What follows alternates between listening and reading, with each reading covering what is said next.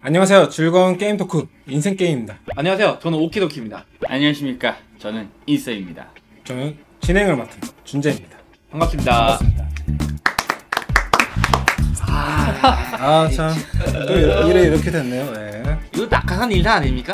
나를 낙하산을 해줄 사람은 없어요. 본인 낙하산 내가 다른 사람을 해주는 거지. 저는 일자리 하나 안 뺏겼다 생각하고 그나마 자리 유지한 걸로 그냥 만족하려고요. 오랫동안 가야죠.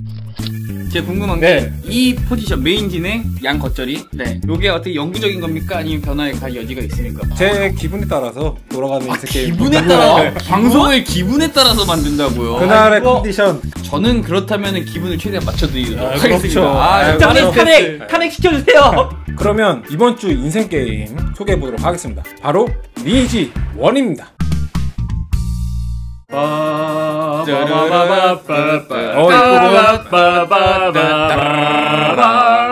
요즘 ADBC 내에서 이걸 좀 대세로 굳히려고 노력 중이에요.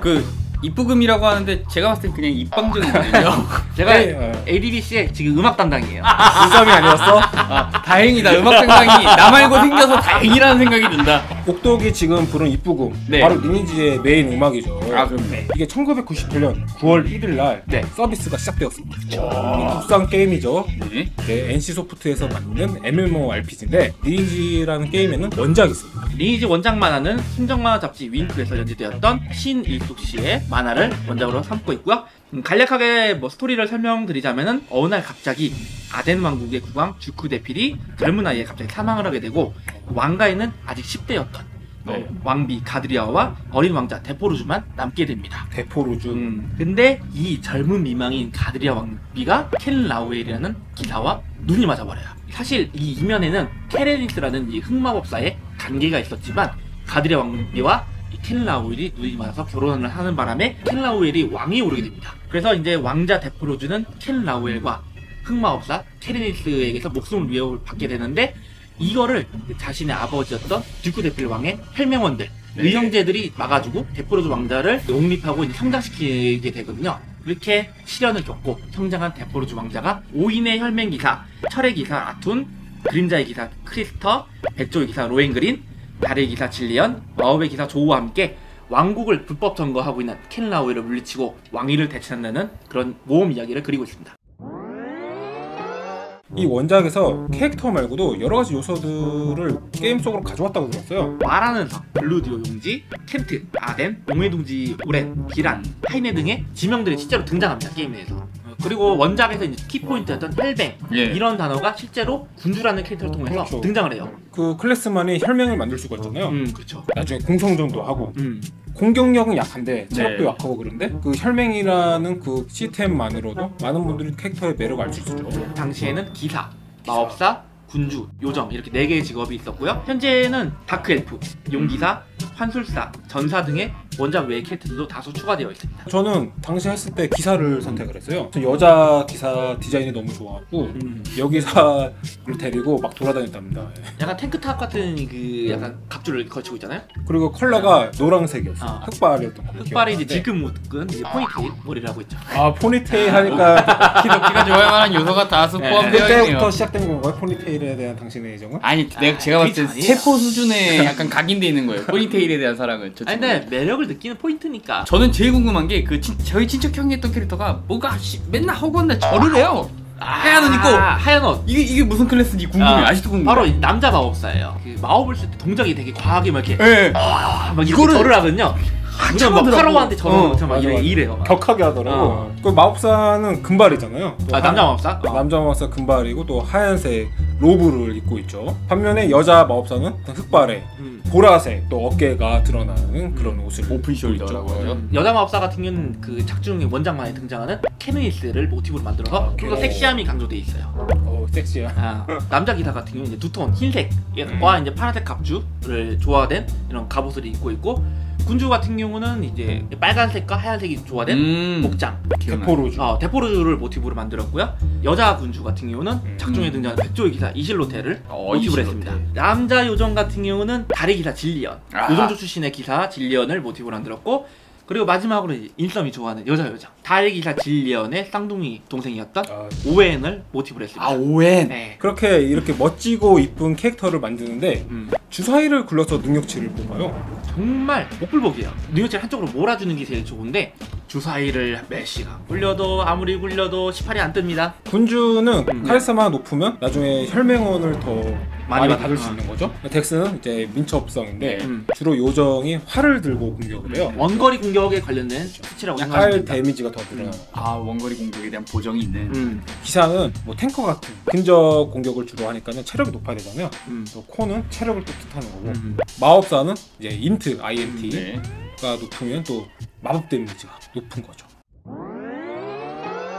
이렇게 힘들게 캐릭터를 만들고 이제 모험을 떠나게 됩니다. 처음에는 말하는 섬에서 시작을 하죠. 원작에서는 이제 기사들의 수행터라는 약간 동떨어진 섬으로 표현이 되고 있는데 그 설정을 차용을 해서 캐릭터들이 거기서 수련을 하고 시작하는 설정으로 시작하게 됩니다. 맞아. 처음에 가면은 랩 4까지였나? 허수아비를 때리면서 몬스터를 잡는 게 아니라 빼빼 5까지 가능했어요. 5까지였어요? 4까지는 빠르게 가능하고 열심히 하는 뭐 수천 대씩 때리자면 5까지는 가능해요. 약간 바람의 나라에서 다람쥐 잡는 그런 그치? 보스인가요? 그 상황하고 똑같은 거예요. 이후에 요정의 숲이라는 게 추가돼가지고 요정들은 요정의 숲에서 시작하게 변경되었고요. 기사들은 또 나중에 은기사 마을에 추가돼서 은기사 마을에서 시작하는 걸로 변경이 되었습니다. 그러면 마법사는요? 마법사는 그대로 말하는 섬에서 말하는 섬. 왜냐하면은 원작에서 마법사 도우와 함께 같이 수행을 하는 설정이 있어요. 그 마법을 가르쳐주는 캐릭터가 있었죠. 어떤 할아버지? 계랭 할아버지가 있었죠. 제 기억에는 말하는 섬에 기사 아저씨였나? 조금 직위가 있으신 분이 관리를 하는 것 같아요. 군터. 원작에서는 데프로즈 왕자의 스승님으로 나옵니다. 스승님. 붉은 기사 군터, 불패의 군터라는 별명을 가진 굉장한 기사로 나오고 아덴 왕국 옆에 있는 엘모 왕국이라는 왕국의 왕의 서자로 표현이 돼 있어요. 근데 거기서 이제 권력 다툼에 밀려나서 거기서 이제 기사들을 후진양성하고 있는 인물로 나옵니다. 약간 제야에 운전하고 있는 분이군요. 이 군터라는 캐릭터 굉장히 고마운 캐릭터예요. 군터라. 그 사람이 뭔데요? 이 군터라는 캐릭터가 너무 자기적이었어. 야, 내가 목견지하는 거 느껴지냐? 너무 자기적이었어. 이 군터라는 캐릭터가 굉장히 고마운 캐릭터입니다. 이 군주가 레벨 15를 찍으면은 이게 기사 시험, 붉은 기사의 시험이라고 테스트를 치를 수 있었는데 이 시험에서 통과를 하면 붉은 기사의 망토라는 아이템을 줬어요. 그 붉은 기사의 망토를 착용하면 카리스마가 들어갑니다. 그러면 혈맹을 더 받을 수 있어요. 군토와 게랭으로부터 교육을 받고 본토로 가요. 아덴 왕국으로 본격적으로 진입을 하는 거죠. 험난한 또 과정이 있었죠. 마라나 섬과 이제 본토 입구에 해당하는 글루디오 마을 사이에는 배가 정기적으로 다닙니다. 그런데 꼭 이렇게 초보자들을 등쳐먹는 사람들이 있어요. 사기꾼 있었죠. 선착장을 배를 타기 전에 조금 통로를 지나야 돼요. 그 입구를 막고 돈을 요구하는 사람들이 있었어요. 유저들이. 이거 바람의 나라에도 있었어요. 일명 길막이라고 하죠. 길막. 이 길 지나가고 싶으신 분을 배가 된 이런 식으로 외치면서 길 막고 있는 사람들이 있었어요. 그리고 가끔 이제 글루디오 마을에서 마라나 섬으로 배가 도착하잖아요. 그 안에서 몬스터들이 튀어나와요. 흑기사라는 이제 몬스터들이 튀어나오는데 설정상으로 이제 반왕, 켈라오일의 부하, 기사단, 흑기사단이라는 몬스터인데 그 중에 대장 커츠라는 캐릭터가 있어요. 그 대장 몬스터가 레벨이 높았기 때문에 그 몬스터들이 갑자기 배에서 떴다. 그러면 선착장 주위가 초토화가 돼요. 던전을 통해서 가는 방법도 있었죠. 마라나 섬에는 이 던전이 하나 있습니다. 그 2층에 그 글루디오 마을로 통하는 해저 터널이 있어요. 그게 글루디오 마을 근처에 위치한 던전 7층이랑 연결이 돼 있어요. 도대체 누가 팠을까요? 던전 그 해저 터널은? 뭐 이런 거는 선인들의 지혜로 여기는 게 좋지 않을까. 이 마라나 섬 던전 2층이 그렇게 난이도가 녹록한 곳이 아니었어요. 그리고 보스 몬스터가 있었어요. 바코멘트라고. 양의 머리를 하고 이 지팡이를 들고 있는 까만색 그 염소 머리가 있었는데 그게 떴다고 하면 못 지나가요. 그리고 이게 고난을 겪고 글루디오 마을 7층에 갔다. 그러면 1층까지 못 올라가잖아요. 초보자들 어떻게 올라가? 거꾸로 가다 죽지. 그래서 초보자들이 이걸 여기를 지나갈 때 꼼수가 있었어요. 필수 아이템 빼고는 다 벗고 창고에 넣어놔요. 그리고 어떻게 유행을 피해서 간 다음에 거기서 일부러 죽습니다. 근데 좋은 아이템을 넣어놓고 가면은 거길 통과하기가 좀 어려울 것 같아요. 근데 물량만 바리바리 싸들고 가는 거지. 안 죽으려고. 그러니까 인해 전술로 넘어간다는 거 아니에요. 그렇죠. 다수 이제 모여서 이제 막 뛰어가거나 그런 식으로 해서 글루디오 마을 7층 가서 일부러 죽어요. 죽으면 특성상 근처 마을에서 이제 부활을 하게 돼요. 소환을. 그러면은 제일 가까운 마을이었던 글루디오 마을에서 부활을 하는 거예요. 머리 그러면은 배를 안 타고 갈 수 있어. 백값도 굳고 여러 가지 난관도 피할 수 있는 약간 일종의 꼼수네. 그렇지만 가는 게 쉽지는 않았다. 마을이 예뻤던 것 같아. 말하는 섬에서 시작했으니까는 네. 섬은 좀 초라하잖아요. 그렇죠. 아무래도 폐쇄적이죠. 근처에 막 소도 돌아다니고 닭도 돌아다니고. 근데 그렇게 마을은 아름다운데 마을에서 조금이라도 벗어나면은 초보자들한테는 너무나 고역이었어. 이 글루디오 마을 이제 북쪽 이 지역을 거치다 보면은 이제 긴 거미다리를 가진 굉장한 그로테스크한 몬스터가 등장을 합니다. 너무 길어. 일명 셀로브라고 초보자에게 이제 공포의 존재로 각인되어 있는 약간 외형이 몬스터죠. 안다니엘 같은 건가요? 아니 디아 그냥 뒤에? 거미. 그냥 거미. 그냥 거미. 거미야? 그냥 큰 거대 거미야. 거미. 큰 거미 스파이디야? 작중에 등장하는 이동 속도를 늘려주는 초록 물약을 네. 먹지 않으면은 속도가 나보다 빨랐어요. 그러니까 잡히는구나. 톨기. 저기. 그렇기 때문에 이게 클릭을 마우스 이렇게 하다 보면은 예. 이 삑사리가 좀 나잖아요. 클릭 그쵸, 하다 보면 그쵸, 그쵸. 그럼 어느 순간 내 뒤에 와 있어. 그러면 삐꾸 하고 때리다 보면 하고 떨어 죽어 없어요. 그리고 니니지는 네. 기본 모션이 네. 달리는 모션이 없잖아요. 그쵸. 제가 그냥 이거 걸어가는 거야. 응. 끊기는 모션이었던 건 이런 식 아닌가요? 셀로브가 다가오면은 나는 이제 걸어가고 있고 속도는 느리고 아주 심장이 벌렁벌렁했어요. 약간 거미줄에 걸린 사냥감 먹잇감의 심정으로 사냥터에 나갔겠구나. 맞아. 그리고 글루디오 마을의 근처에 큰 사냥터가 이제 세 가지가 존재했습니다. 어떤 세 가지나 있었나? 첫 번째는 이제 골밭. 해골들이 다수 등장하는 골밭이라는 곳이 있었고요. 네. 거기 버그베어도 막 나타나지 않았어요? 그렇죠. 이제 북쪽 지역, 이제 카오틱 신전이라는 것이 존재를 했는데 거기 위쪽에 이제 버그베어가 다수 출몰을 했고요. 엄청나게 황폐한 땅이었죠? 이게 원작에서 등장하는 지역인데 이 반왕이 자신의 세력에 반기를 든 영주들을 척사를 하고 그 시체들을 묻지 않고 그들을 방치해 놔서 그 저주와 원념 때문에 황폐화된 땅이라는 설정을 가지고 있어요. 시체 때문에 땅이 그렇게. 거기서 이제 그 과학적으로 말이 되나요? 그게? 과학적으로 논 건 없죠. 왜냐면은 판타지적인 설정 때문에 저주와 원념, 그다음에 유령들, 그다음에 해골 이런 게 출몰하는 그게 땅이에요. 성립하려면 그 시체에 그 염이라고 하죠. 그 네. 소금을 엄청 뿌려서 하지 않는 이상은 그 염해잖아요, 그냥. 그러니까 무슨 흑마법 같은 영향이 있었던 거 아닐까? 흑마법은 아니에요. 흑마법은 아니고 흑마법은 그냥 아니에요? 단순하게 저주와 원념 때문에 황폐화된 땅 이런 설정이에요. 그 좋은 땅이. 그 넓은 이미아를 그리고 글루디오 마을에서 이제 오른쪽으로 가다 보면은 글루디오 던전이 존재합니다. 아까 얘기했던 7층까지 타고 내려갈 수 있는 던전. 말하는 섬이랑 이어져 있다는. 네. 7층에서는 이제 다수의 보스 몬스터들이 등장을 합니다. 우리가 흔히 알고 있는 데스나이트. 데스나이트. 또 이 리니지의 마스코트 캐릭터라고 할 수 있죠. 이게 최근에 리니지 M 홍보 동영상에 네네. 이게 데스나이트가 나오더라고. 맞아요. 엄청 멋있게 나와요. 거기서 이제 여자 요정도 이쁘게 나오고 한번 추천합니다. 네. 알겠습니다. 안 봤을 것 같아요. 네, 아니 못 봐가지고. 네. 당시 초창기는 진짜 공포의 몬스터였어요. 너무 무서웠어. 수십 명의 유저가 달려들어 잡아도 못 죽어, 안 죽였어요. 못 죽여. 그리고 랩이 낮으면 볼 수도 없어. 그치, 거기까지 갈 수가 없지. PC방 다른 사람 모니터 통해서 이제 보는 거지. 그리고 이제 데스나이트 위에도 그 3명의 흑장로, 방황하는 흑장로들이 존재했고요. 내가 발터자르, 세마 이런 존재들. 이거는 정확하게 그 7층이 아니면 6층인가 5층이었을 거예요. 네. 흑장로들 3명이 출연을 하고 나중에는 뭐 켈베로스나 이런 지옥 같은 몬스터들이 또 다 추가됐지만 그때는 뭐 옹글리언트, 셀로브, 뭐 버그베어 이런 몬스터들이 꽉꽉 채워져 있던 던전이었죠. 그리고 마지막 사냥터 글루디오 던전 살짝 위쪽에 존재하는 일명 구울밭이라고 불리는 구울밭. 그리고 다른 인명으로는 흑기사밭이라고 불리는 지역이 존재를 했습니다. 돌이 막 자라는 거예요? 좀비랑 구글이 떼거지로 있던 곳이었어요. 약간 언데드 지역이었구나. 언데드 지역이었고 이제 그 지역을 이제 순찰하는 흑기사 떼거리들이 다수 출몰을 했고요. 전체적으로 안정된 땅이 아니었네요. 아덴이란 나라가. 그렇죠. 근데 전란이 휩싸였던 예정과 전란이 끊이지 않던 땅이었죠. 경비병이 그렇게 센 이유가 있어. 걔네가 그렇지. 우리를 지켜줘야 그렇지, 지켜야 하니까. 맞아. 이 구울밭 같은 경우는 마법사들의 사냥터 천국이었죠. 제가 추측해볼게요. 마법사는 원거리 캐릭터니까. 네. 그 구울 같은 경우에는 근접 공격을 하다 보니까 거기다 얻는 사정거리로 인한 이점이 있을 것이고 구울 속성상 맞다. 둘이 약할 것 같은데. 땡! 맞지 않아요? 마법사가 초반에 에너지 볼트라는 원거리 마법을 쓰거든. 아니면 뭐 성속의 뭐 마법을 써가지고 쉽게 잡는 힐! 바로 그거예요. 홀리 뭐 이런 거. 보통 마법사들이 그 마라는 섬에서 퇴장을 해서 오면은 보통 한 15에서 16렙 레벨이 되거든요. 네. 그러면 보통 한 3클래스, 4클래스 마법을 습득하고 옵니다. 그 마법 중에서 턴 언데드라는 마법이 있어요. 그러면 일정 확률로 언데드 몬스터를 직사시킬 수 있었어요. 속도가 굉장히 느렸어요. 엉기적 기어가거든요. 네. 그래서 멀리서 턴을 막 갈기다가 만화 떨어지면 도망가고 하긴 그런 거였어요. 월드 오브 제트 개봉하기 전 한참 전이니까.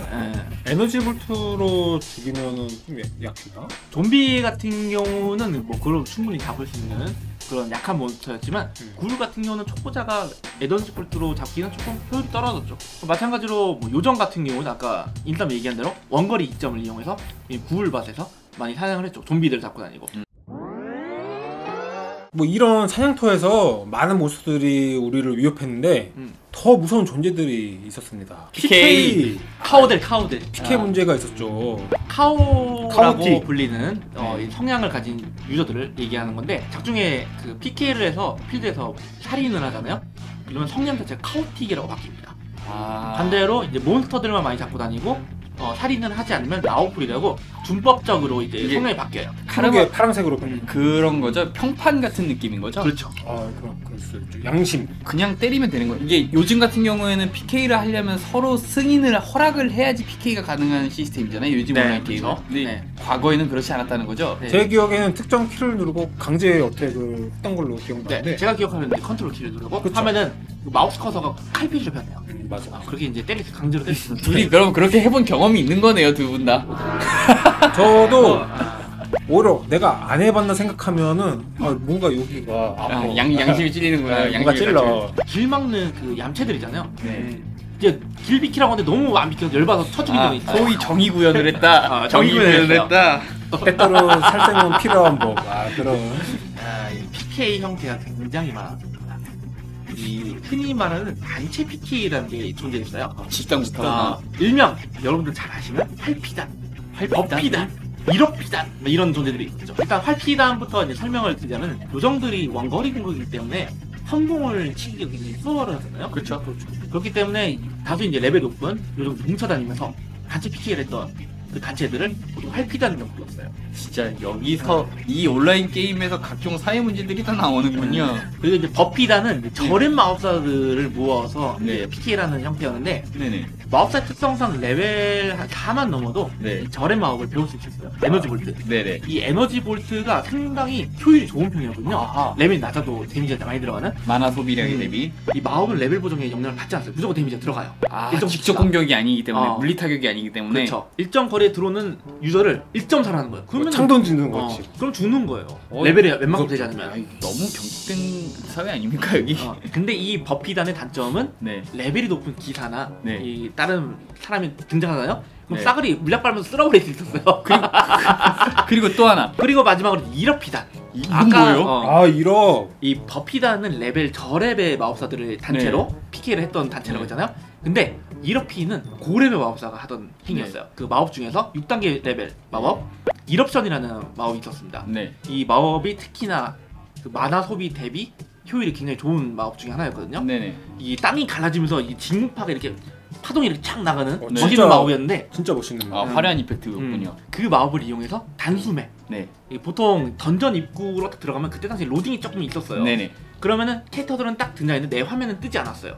내 화면 로딩 중이고 무슨 얘기인지 내 캐릭터는 이미 넘어가 있고 그 입구에 죽치고 있다가 1업선을 배운 마법사들이 한 4명, 5명 서 있다가 1.4를 해요. 영문도 모른 채 직사를 하는. 그러면 로딩이 끝날 텐데 이미 내 캐릭터 죽어 있어.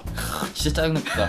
그런 식으로 1업이라던 캐릭터들이 많았어요. 아니 이게 그러면은 요런 부류의 성향의 사람들도 있고 요런 거를 막아주는 성향의 사람, 좀 정의를 실현하는 사람들도 꽤 있었을 거 아니에요 당시에? 라오풀 유저가 카우팅 유저를 죽이면은 페널티가 없었어요. 내가 카우가 되지 않았어. 왜냐면 살인자를 척결한 거거든. 그렇지, 정의 구현이니까. 카우팅 유저만 잡고 다니는 척살 유저들이 따로 있었어요. 자유당 같은 느낌으로. 이걸 들으니까 그게 생각나네요. 에미야 시로랑 키레이의 대사 중에 그 정의의 사도가 되려면 악이 필요하다. 절대적인 악이 필요하다. 나는 이런 게 좀 생각이 나네요. 약간 비슷한 느낌이죠. 네. 진짜 심하게 유저들을 죽이고 다니는 사람이 있으면은 사람들이 수소문을 하더라고요. 그렇죠. 채팅창으로도 이런 애가 떴다. 이런 뭐 카우트 유저를 찾습니다. 알고 계신 분은 뭐 제보 받습니다. 제보 받습니다 하면은 맵에서 발견을 하면 서로 막 연락해주고 막 그러더라고요. 카우트 신전 메시 방향에 카우가 있어요. 막 뒷말이 쫙 오고 막 그런 식으로 있었죠. 어땠습니까? 저는 좋았죠. 저는 리니지를 지켰던 유저로서 굉장히 추억담을 푸는 게 재미있었고 여러분에게 제 추억담을 들려주는 것도 재미있었고 모르는 게임에도 불구하고 준예이가 오늘 등장해줘가지고 좀 많이 한결 가벼워진 느낌은 있는 것 같아요. 책임감에서 많이 자유로워진 것 같아서 이렇게 슬쩍 옅어지는 존재감으로 일자리 하나 있지 않을까 살짝 걱정이 되네요. 지금 게임 관련해서는 대체할 인원이 없어요. 그러긴 해요. 우리는 거의 꿀자리야 꿀. 아 근데 요 근래 아. 2017년도 들어가지고 내가 아는 게임 딱 한 번밖에 안 했어. 아 그래? 슈로데 생각밖에 없어. 내가 좋아하는 게임은. 슈로데 안에 많은 로봇이 나왔지 않습니까? 조만간 자리가 사라지지 않을까 싶은데. 지금까지 온라인 게임은 인생 게임에서 소개를 안 드렸었는데 그러네요. 리니지 M도 나오고 네. 또 워낙에 저희들도 옛날에 재밌게 했었던 추억의 게임이었기에 한번 도전해봤습니다. 네. 그럼 이번 인생 게임 리니지 편 여기까지 하도록 하겠습니다. To be continued.